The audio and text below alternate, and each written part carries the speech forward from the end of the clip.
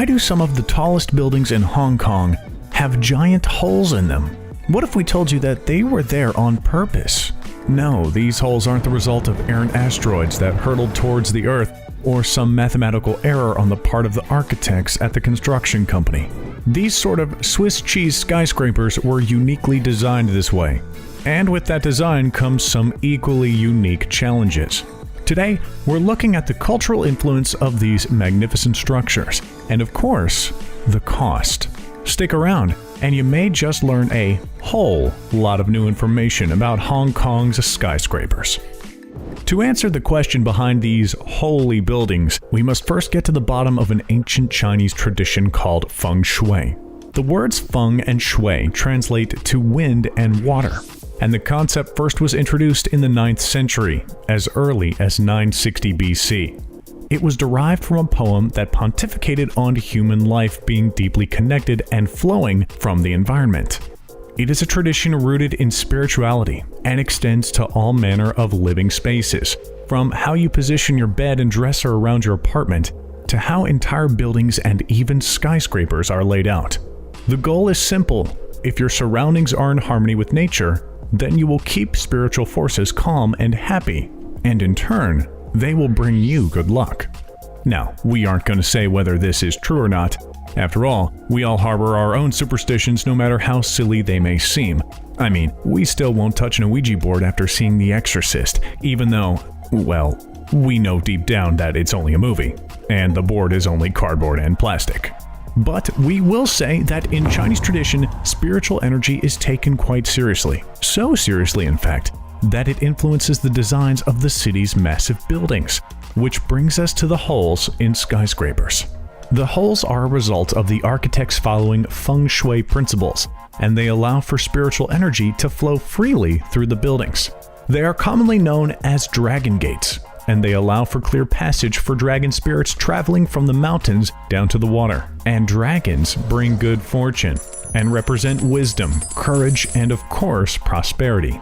If you are a business owner, you really want these mythical creatures on your side, because if you don't, it could spell disaster for you and your company. In fact, it is believed in Hong Kong that the Bank of China Tower's poor feng shui directly led to nearby companies to go out of business. Now, corporations will set aside quite a bit of money to have feng shui consultations, and architects will design their buildings abiding to these principles. Some of the more famous buildings that contain dragon gates are the Repulse Bay Apartments and the Bel Air Residence in the Cyberport region.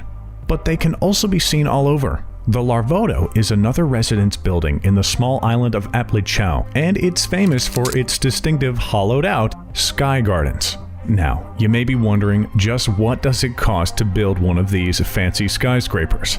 And are these holes really only there for mythical, ancient traditions?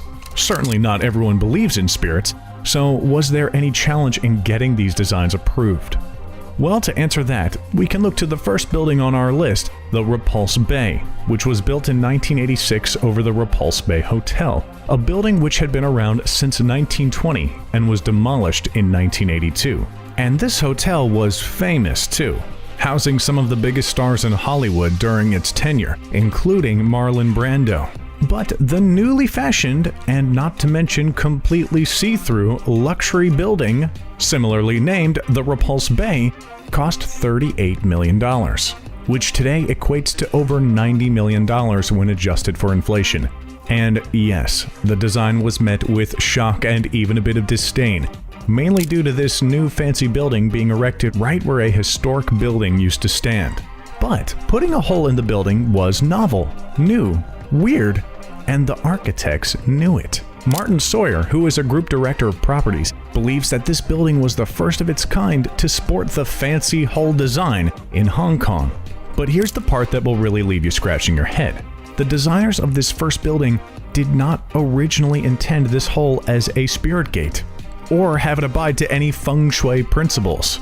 They did it to make a statement, to have their building stand out, and to have it capture the imagination of all those who looked at it. And they absolutely succeeded. The spirit dragon lore emerged from the locals, and some theorized that it helped the community make peace with this massive new building taking up the landscape. Anne Sang, a creative director and a local resident for years, has gone on record talking about the Repulse Bay, saying, "It was like, we've lost a colonial building. But look at this, it's super contemporary, and, by the way, it's got this kind of mysterious, mythical aspect to it." Martin Sawyer has also commented on how the locals took to this distinctively fresh-looking building by saying, "We have heard that the locals believe that a family of dragons lives in the surrounding hills, and the mother dragon takes her children down to the sea to bathe each morning in the cool blue waters. In order not to block the family of dragons and bring bad luck to the site, the superstition is that the hole was designed so that they could pass through." Here's where the spiritual met the functional when it came to putting a giant hole in the side of a building. More and more giant buildings started to pop up, and locals started to complain that they blocked the beautiful scenery of their beloved city, and also the ventilation. In 2005, the government published the Feasibility Study for Establishment of Air Ventilation Assessment System, which essentially set up a slew of guidelines for air ventilation with regards to government projects, mainly mandating that buildings could not be placed so close together. But as for privately funded buildings, well, they found a compromise. They could still build their buildings close together as long as they left room for a ventilation hole. This kept the government happy with their mandate, and it kept the locals happy because they still had a view of their mountains.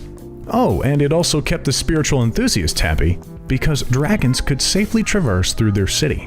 And today, buildings are still designed with all this in mind. The Central Government Complex in Admiralty, built in 2011, has a big ol' hole right in the center of it. But this time, with the symbolic meaning of connectivity and sharing. It's a metaphor for an open door, and it has become a staple of Hong Kong's landmarks. Looks like putting a giant hole in your building may not be such a bad idea. These skyscrapers draw in huge amounts of tourism every year, and if your residential building has one, it'll be seen as luxurious and a modern place to live, and you wouldn't be wrong. Take one apartment that can be found in the Lavardo. It's in a prime waterfront location complete with views of the sea and top-notch clubhouse facilities. It's a 2-bedroom layout, comes with a balcony, and light wood-colored flooring. All fixtures and appliances are high-end, and it has access to both indoor and outdoor pools, a spa, gym, all this for just over $42 million. But don't forget, the spirits in your area will be happy too, and that means you'll be getting all the good luck you could ever need. Well, that is, if you believe in that sort of thing. Look, here's the truth. Whether you believe in feng shui or not, these are some incredibly beautiful pieces of architecture, and they certainly have captured the attention of not only the locals, but tourists from around the world. They are unique, inspired, gorgeous, and not to mention, expensive. Hey, next time you're in Hong Kong, stop on by. And if you're looking to buy, better make sure that you are one of the richest.